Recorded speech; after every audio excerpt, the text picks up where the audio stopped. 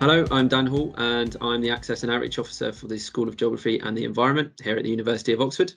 In the following recording, we will be exploring the interview process for geography at Oxford with two of our admitting tutors, Professor Richard Washington and Dr. Sam Hampton.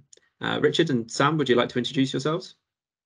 I'm Richard. I've interviewed with Sam several times in the past year in college. I'm a climate scientist by trade, and I teach physical geography in college, as well as lecturing in the department.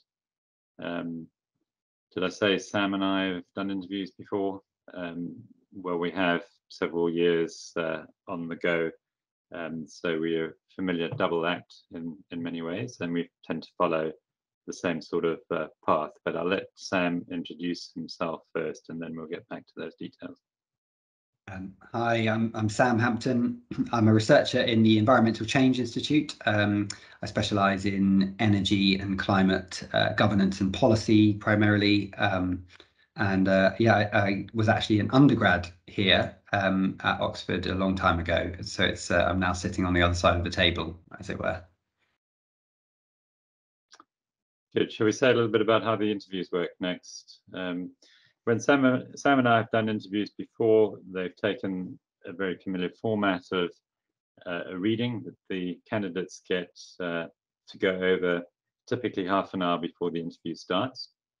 The reading is chosen so that it doesn't, as far as we know, intersect directly with the syllabus in A-level or IB or other kinds of education certificates in the world. So we hope that it's not something that you can easily have prepped for. We want to try and create a level playing field so that it's as fair as possible across all candidates. And then what we test for in the readings via a series of questions is understanding of the picture in the article, understanding of the argument, if there is one, where the details in the article fit in to the argument or the big claim that the article is making. And then we finish up by generalizing, if possible, about the article. Now, the reason that we start with that is that we think it emulates quite closely the kind of thing that candidates are expected to do in the course of their time with us, and namely reading lots of stuff, reading it quite quickly and getting the big picture while retaining the details. What we're looking for, in addition to the answers to a bunch of specific questions, is a dialogue with the candidates as well. So in that sense, it's not dissimilar from the sort of tutorial experience you might have when you get here.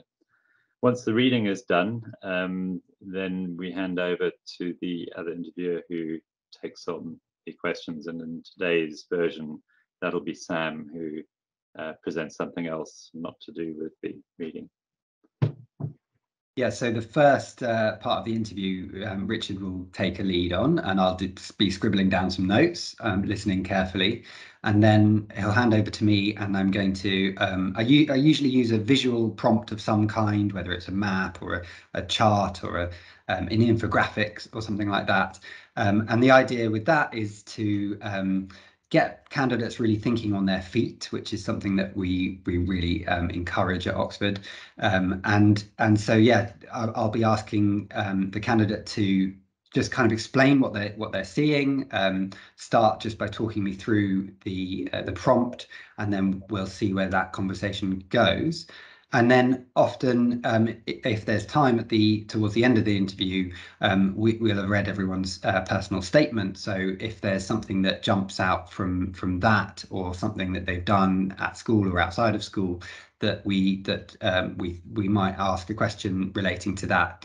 Just again, trying to get them to think about something that they're familiar with, something they've put on their personal statement, but that they can relate and think kind of academically and intellectually about, and have a conversation that, as Richard says, might be quite similar to the kinds of conversations we have in tutorials.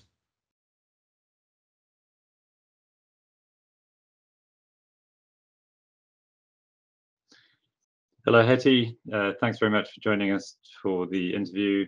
I'm Richard Washington, tutor in physical geography at Keble College, and I'm joined by...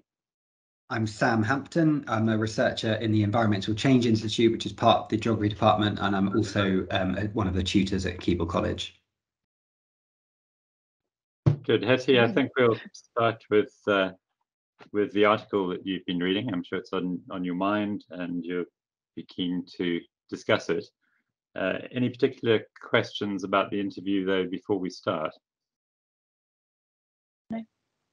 Good. Okay. I'm going to ask you, please, to summarize the article. Take a few minutes to do that, and pay attention to bringing out the big picture in the article, the main claims of the article. So the article is basically discussing what are the sort of causes of the repeated weakening and strengthening of the sort of global circulation conveyor belt in the last ice age. So it's looking at the relationships between ice sheets, wind and haline circulation in that last glacial period. And so it's talking about, my pronunciation is going to be awful, but Dansgaard Dio, we'll say, Dio events, Heinrich events, and like bond cycles, sort of talking about the evidence behind those. So ice cores, and then the Mackail ice sheet model that was created as well. And so sort of the main thing it seems to be uncertain about is it talks about the bond cycles and the Heinrich events, but they explain changes in ocean and air temperatures, but only every 7,000 to 12,000 years, and they happen every 1 to 2. So there's still something missing there, and it suggests that that might be something to do with the hydrological cycle, because less is known about that. Okay, thanks. I'm going to ask you a bunch of specific questions now. And if it's necessary, feel free to go over things that you've already said in the summary. So the article is drawing attention to possible mechanisms of climate change in the past. It's not current. What kind of evidence does the article draw on to make the claims that it does? So first it talks about sediment cores and layers of detrital carbonate, which I assume is sort of like carbonates from weathering or something. Anyway, it talks about those ice cores from Greenland, showing the period 8,000 to 40,000 years ago, as like a key bit of evidence.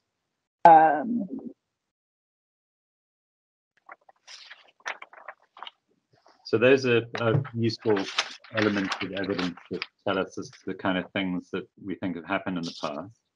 The article then gets on to try and explain why those things happen. So let's draw on different kinds of evidence to do that.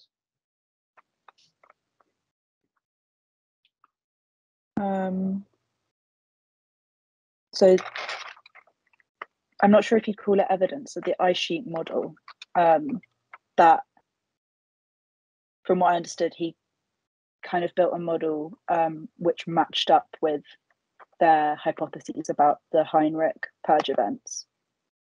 Yeah, good. Yeah, so there's evidence from sediment, there's evidence from ice cores, and there's also modeling work going into the mix. In your summary, you mentioned that there's this conveyor belt in the ocean, which I think is responsible for the changes that the article is talking about. What is that conveyor belt and how does it work?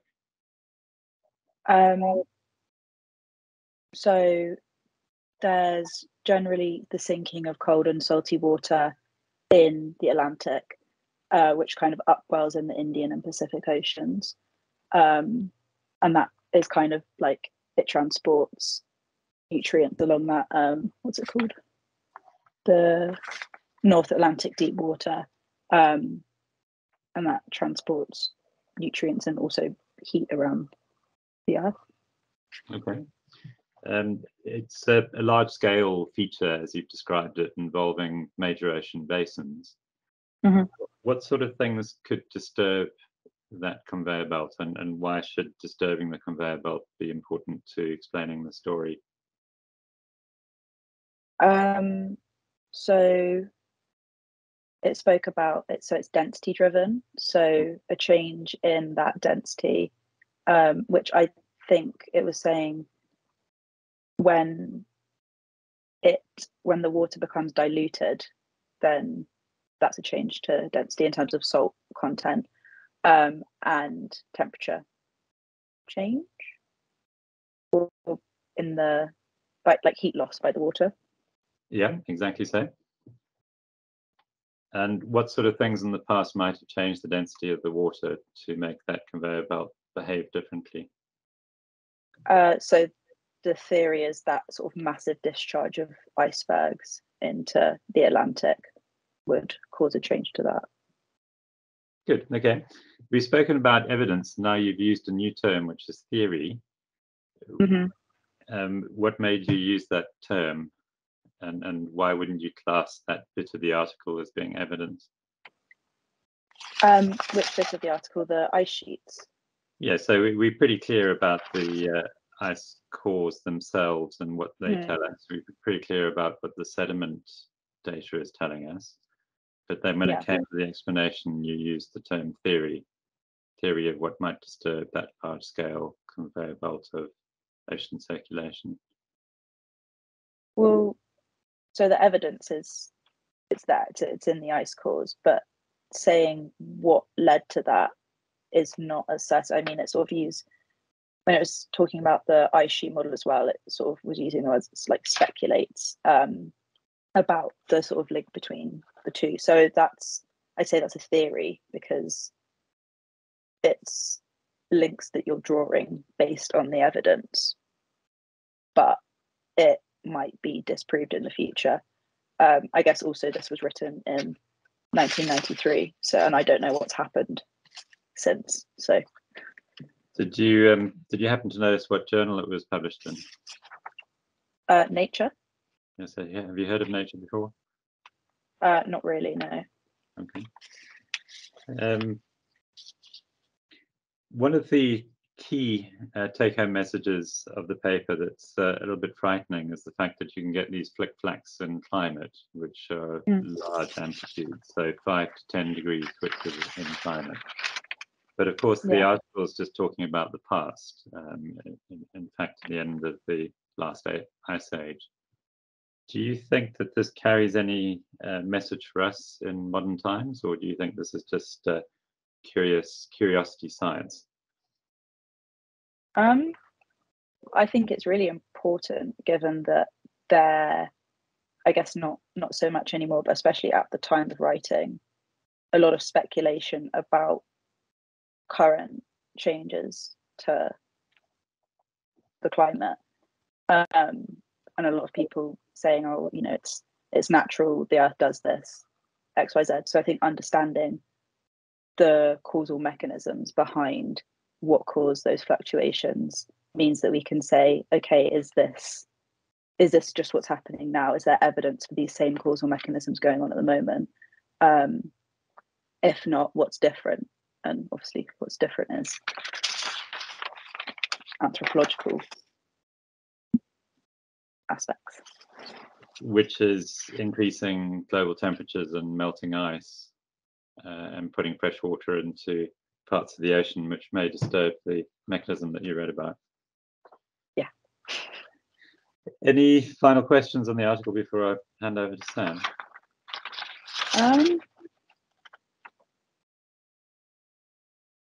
I don't think so, no.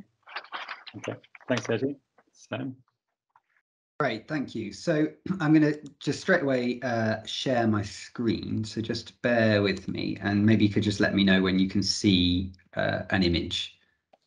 Yeah. Okay, so so there's lots going on here. I would like you just to take a moment, take as long as you need, just to look at what you think is going on. Maybe just describe it, and then ultimately have a stab at what you think it's telling you.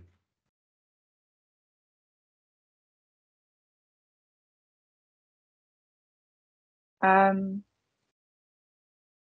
it's about planes. The planes going on in there. So the y-axis is, I guess, charting attitudes to flying, or like patterns of flying. So flying as an aspirational luxury, and then a sort of byproduct of hypermobility to what I guess might change to get us to fly less. And then those words on the sort of white lines, I think, are referencing sort of, so cultural exchange, rest and sun, exploring the world contributes to this aspirational luxury. I would also, sorry, I forgot to mention, the x-axis is a timeline.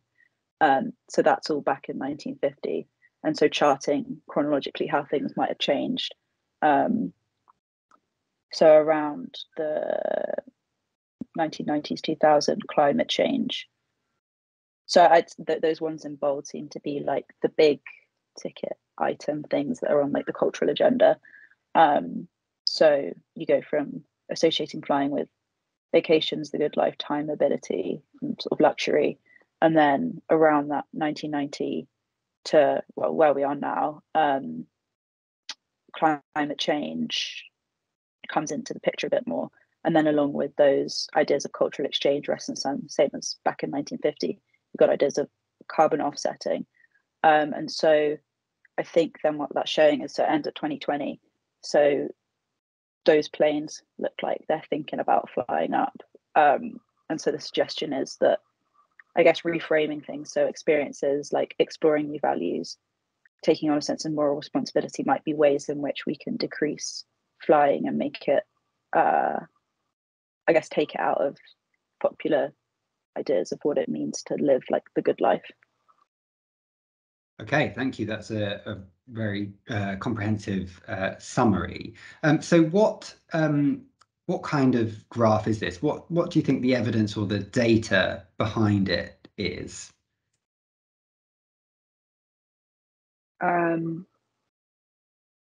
But in terms of type of graph, well, like how have they made it? Is it driven by data, or is it simply a drawing? I guess a bit of both. It's not, it's not like the graph in the article on ice sheets, which is, specific points of data. It's not quite like that, but I assume it's informed by, I don't know, surveys about what people value and stuff like that. So yeah. Informed by evidence, but not necessarily, Yeah, not as you say, data point by data point. Yeah. Exactly. So I mean, there are pictures of aeroplanes for a start, aren't there?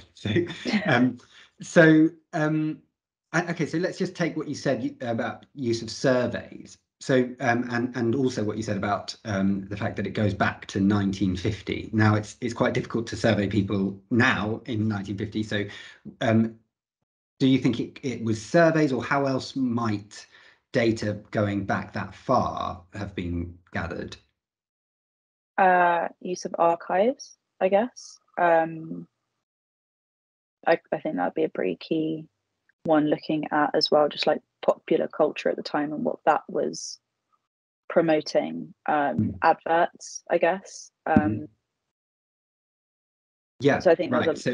So looking at kind of adverts back from the 1950s, and so so what would, if you were the researcher trying to make this graph, what would you look at adverts, and how might that lead you to generate these lines, for example?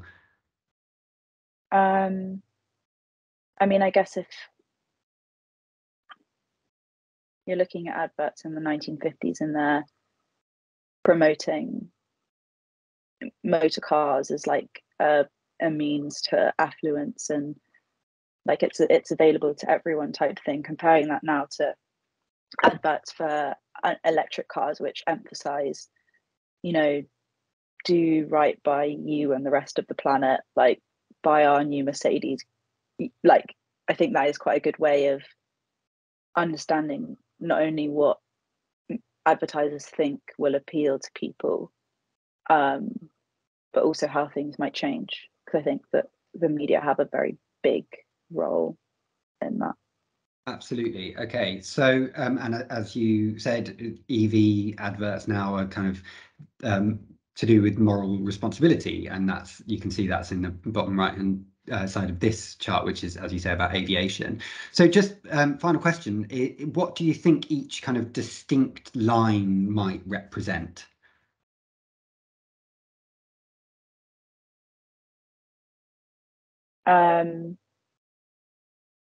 Each distinct line, so it's talking about the thing in bold. Yeah. So the good life is exploring the world, being a traveler, time, saving time, and then escaping time. Yeah. So what might you call each? Why have they got kind of 4 distinct lines, and then a 5th one seems to kind of, a few other ones just emerge, but the one where we have climate change, that comes out of thin air, doesn't it? As key, like, I don't really know what the word is, concerns or sort of topics. And yeah, I think that's close enough. I think the authors in this case call them narratives, but they're also kind of storylines or themes around different types of discourse. So reasons that you might fly, you know, is because you might be interested in getting somewhere quickly. That's the time. You might be interested in, you know, it's all about vacation for you. So and you're spot on that the data behind this is actually from archival media. So adverts, yes, and also kind of newspaper articles and other forms of kind of contemporary culture. And you're also right that, yeah, there's a bit of speculation going on as to which, and perhaps that's kind of indicated in the kind of italics in the bottom right hand corner going into the future, that what these new narratives might be emerging to kind of help or encourage people to stay on the ground. So yeah, absolutely. And just to kind of close the circle, this was based on an academic article looking at specifically around narratives around aviation in Sweden, where there's been quite a big movement about staying on the ground and flight shame and things like that.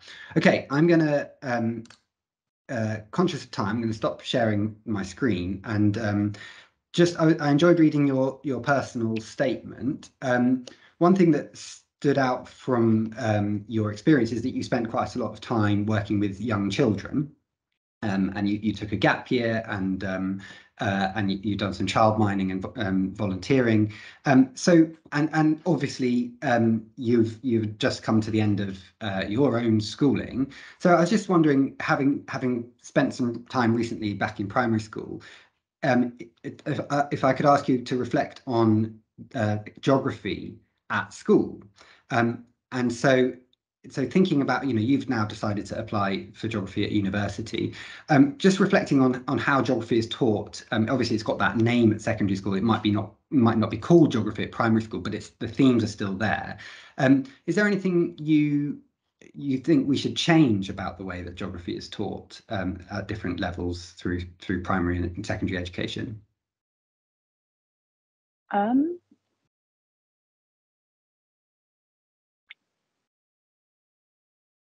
I think that from what I understand, geography at primary or GCSE is quite different to what geography is as you sort of move higher up. But I think part of it's probably a bit inevitable. Like it's the same case with chemistry. Like GCSE chemistry, you get told that there's a completely different number of electrons in a shell than you get told at A level, which is different to what you get told at uni, because you have to like necessarily simplify things to explain them at an appropriate level.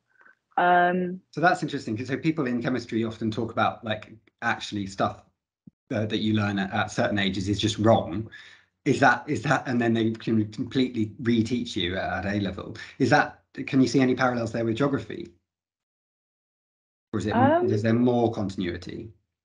I think what you get taught in geography isn't wrong. It's just a simplified version, I suppose. But I think it's still it's still very interesting. I think there's just a popular misconception that geography is just basically about rocks and volcanoes, when in reality that's probably more geology, I suppose.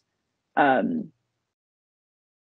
think it's very, very interdisciplinary. So it's, you know, it's hard, if not impossible, to sort of box that into an academic subject which can be graded in the way that GCSEs and A levels are. Yeah, and this is a tricky question, but which has been your least favourite part of the A level curriculum? Coastal management. Okay, why is that? I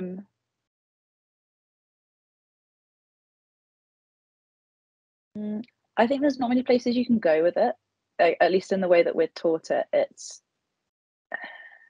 like there are a few applied sort of case studies, but for the most part it's very like A, B, C, which is kind of what I get from my STEM. I do biology and chemistry as well, and that's what I get from that. And so quite like about geography is that you can sort of go more places with it, and you can't do that as much when you're talking about coastal management.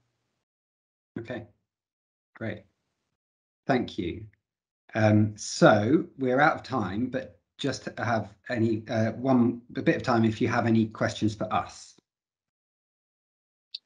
Not any that I can think of. Hetty, thanks for joining us for the interview, and we'll be in touch.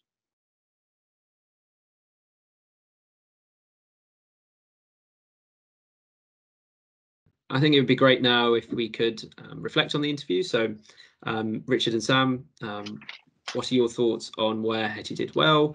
Any parts that perhaps she maybe struggled with or could have improved?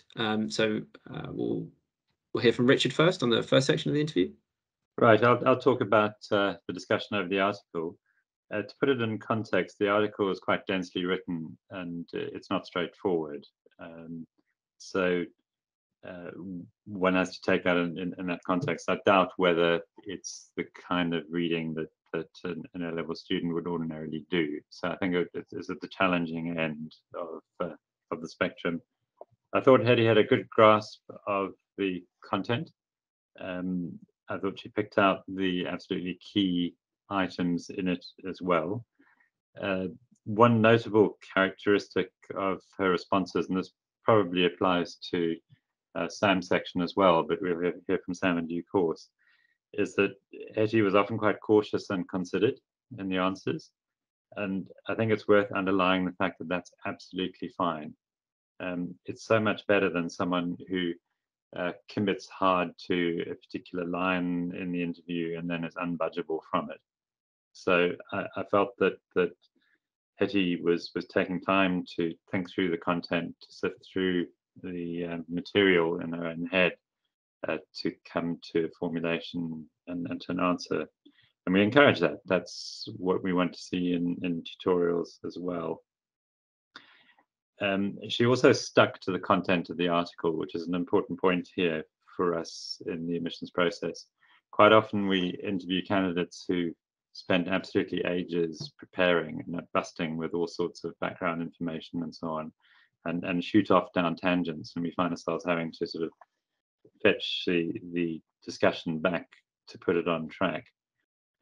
It's very difficult for us to judge a candidate's capability if all they do is issue prepared material, which is why we kind of insist on sticking to the article. So I was pleased that Hetty did that. In terms of the specific answers, I was pleased to see her making separation between evidence and speculation, and she knew where that occurred in the article. That's very useful for us as tutors. It's the sort of thing that we rely on candidates being able to do, to know where an argument's gone too far, or to know where an argument is unsupported. I think is vital in the kind of intellectual pursuit at university. So those are some of the big picture things. I was pleased also with some of the details that Hetty fished out. noticing things like when the article was published. I mean, that's not crucial to the debate here, but we're looking at a candidate who does spot that kind of thing, and it may be relevant sometimes. But as it turned out, it was relevant to some of the questions that I later asked. So going back to the beginning, it was a difficult article, more the research and bear in mind research is part of the degree course here. It's and to be able to do good research, you need to have a level of curiosity. You need to feed off things, and I felt that there was evidence of that as well. And finally, we also looking for teachability alongside curiosity, which is measured in iteration. It's measured in, and this didn't happen much in the interview, it's measured in terms of a candidate sticking to guns which are quite frankly wrong. This wasn't an example of that kind of an interview, but they do happen, where you cannot fetch a candidate back from a stance, and they sort of dig themselves deeper. So we're thinking about that teachability all the way through the interview as well. So I think those are the main things that I picked up. But for those of you who are watching the article and wondering, this article again was at the more difficult end of the spectrum. Over to Sam. Great, thank you. So for me, Hetty's answer really was a 10 out of 10 for this, and so, you know, not all candidates are going to nail it as much as she did, and that's fine. So she noticed a lot of things very quickly. In the first kind of 20 seconds, she got a long way very quickly, and that was noticing that it's about aeroplanes. There aren't that many clues, and you know, there's a lot going on when you first look at this image, but she saw the icons of the airplanes, and she saw some of the language and picked that up straight away. Zoomed in on the y-axis, which as we were talking about, it's not a kind of hard science type of graph, this, but it's put on a kind of conventional XY axis, and so those, you know, some candidates really take a long time to figure out that it's about aviation. So Hetty got there very quickly. It was really good just to see that she was talking through what she was seeing, and it wasn't necessarily sat in silence, although that can be fine too. We can sit here for as long as people need, really. But yeah, just kind of naming what was on the x-axis was really helpful, reading out some of the key words, and she very quickly began to kind of see that there was a story being told of different, you know, as I said at the end, like narratives or discourses. One thing I think Richard pointed out is that kind of flexibility of thinking.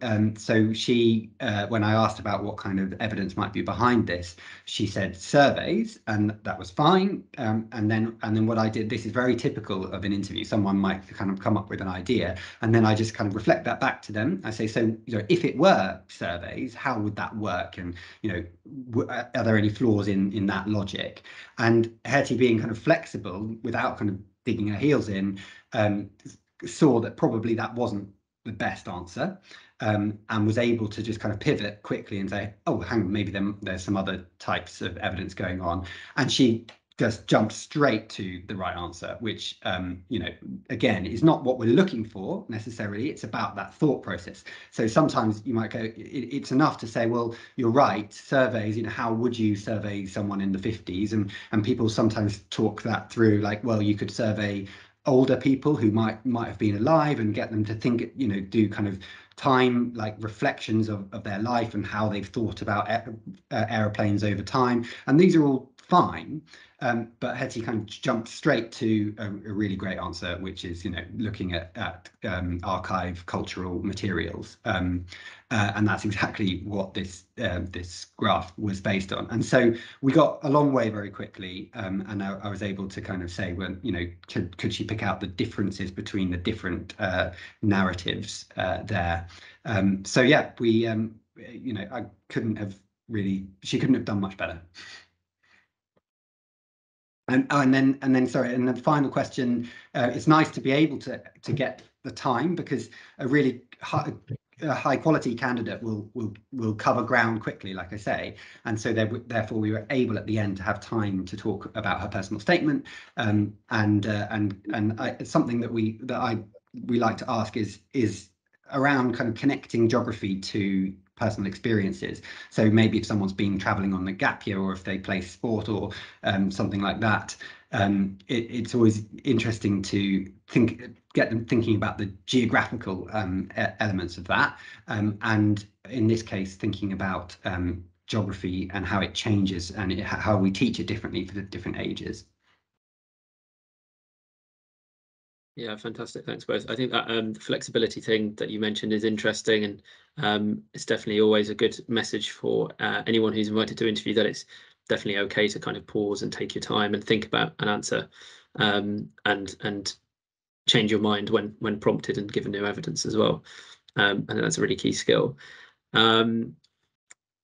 So I think what we'll do now is maybe if we could offer a few tips, words of advice for any prospective candidates, and Hetty, if you could reflect on your experience both of this this demonstration interview, but also the real interview that you did before you became a student, and any tips for people in similar positions, and then we'll hear from Richard and Sam too. Do you want me to go first? Sorry. Tips for interview. I think, like Richard said, just don't over prepare, because quite frankly, there's no point, and I think it would make you more nervous, and because you've kind of got all of the stuff in your head, which means that you're not just sort of looking at what they're giving. I think thinking out loud, I'm quite a slow thinker, and so it does help to sort of verbalize things, because otherwise we'll sat there a bit like lemons. I guess just try and relax as much as possible. Like it's supposed to mimic a tutorial conversation, which wouldn't be like super high stress. So yeah, I think honestly there's not much you can do to prepare except try and relax into it. Yeah, definitely. I think the say what you see thing is really important too. Just to go back to Sam's graph that he showed you, and sometimes in other, some tutors might in an interview show something with kind of even less clues on than that, and so just saying what you see and talking through it and responding to prompts is really important for those kind of questions. Richard? Thanks, Dan. I suppose one of the secrets that candidates might be surprised about is that when you do these interviews, Sam and I are absolutely willing the candidates on. We really, really want them to succeed. We're hoping that they do. And, interviews are strange things. You don't do them very often in your life. It's an us and them kind of thing going on. But mentally, we're willing the candidate to close the gap with us, and to turn the thing into a conversation and to tell us where they're getting stuck. So that point about being shown a diagram like Sam's and not knowing where the hell you are at it with it initially, I think a very useful thing to do is to verbalize your thoughts, and then that enables the interviewers to prompt you as well. And that's what learning's all about. It's about that iteration. It's not about sending someone away for 3 years hoping they get it at the end. It's about that tightly woven iteration, which Oxford in its method of teaching has to hand. We still, we're unusual in the sense that we spend a lot of time closely with students iterating stuff. And teaching, for me personally, becomes a very pleasurable experience if you can do that. If you can do that iteration. And I guess that's what I was meaning about teachability, looking for where you can help somebody and move them forward. So I think that's important to us. It's probably as important as the person coming out with trumps with the right answer immediately. Yeah, definitely. As you said, links back to the idea of whether tutors actually, would like to teach this person. Will they respond to new material sort of effectively, and are interesting to have a discussion about the subject with.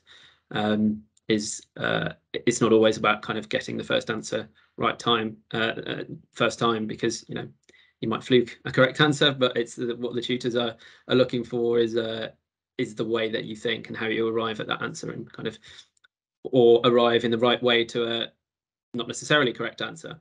It's about that learning style.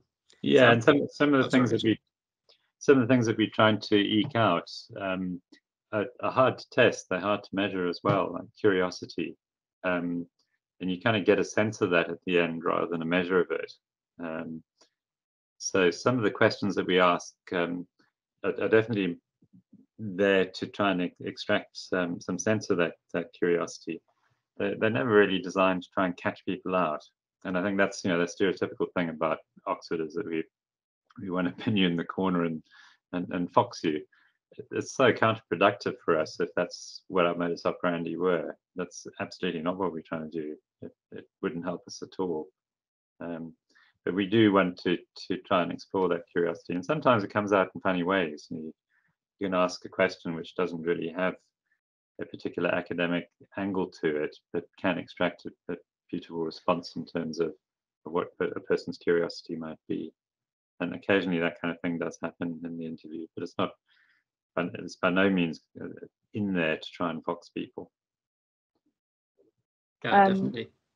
Yeah, Hetty. Sorry, I just forgot to say as well, I just wanted to point out that in my actual interview with Sam, I did not get what the graph was. He had to tell me in the end. So I just wanted to clarify, like, I'm going into the third year of this degree now, and obviously it's a bit different, but I didn't get it in my actual interview. Clearly it wasn't that much of a problem. So yeah, many people come out of an interview not knowing what the correct answer was if they answered correctly, and go through the whole degree without ever knowing if they gave a correct answer to certain interview questions. And the point that Richard made about sort of questions aren't there to trip you up is an important one as well, because there wasn't perhaps so much of it in that interview, but in some interviews there are questions which do seem quite sort of without an explicit link to geography. And so one tip that I always say is to really think about, why the tutor's asking me this question, and the answer is never to try and trip you up or make you look silly. It's all, it's about thinking, where is the geography, where is the link to geography in this question, if it's not immediately obvious, and try to arrive at that through your thinking. Sam? Yeah, I think Hetty and Richard have covered tips really well. One thing I would just point out is that, like Richard said, we're not looking for kind of background knowledge here. In fact, if you had done some paleoclimatology at school, or if you'd done a study on aviation at school, it wouldn't really have helped you even. And actually, if you tried to wedge in some background information, then Richard would have said, well, okay, but actually what we're really talking about is the article. And of course, that's our effort to make sure there's a level playing field. But actually, it shows that the last thing you need to be doing is bringing your A-level textbook and reading that half an hour before your interview. It's not about cramming at all. It's about thinking on your feet. Yeah, definitely. And it's not only about the interview as well, because we've got all of the marks records for the candidate, which is where that background information is better tested. It'd be far too hit and miss to try and test that in a 20-something minute interview. The sampling base would be awful. So that's another reason not to want to focus heavily on specific content. Absolutely. Well, thank you very much all for participating in that demonstration interview, and thanks for your insights. I'm sure any prospective candidate will find that extremely useful. So yeah, thank you very much.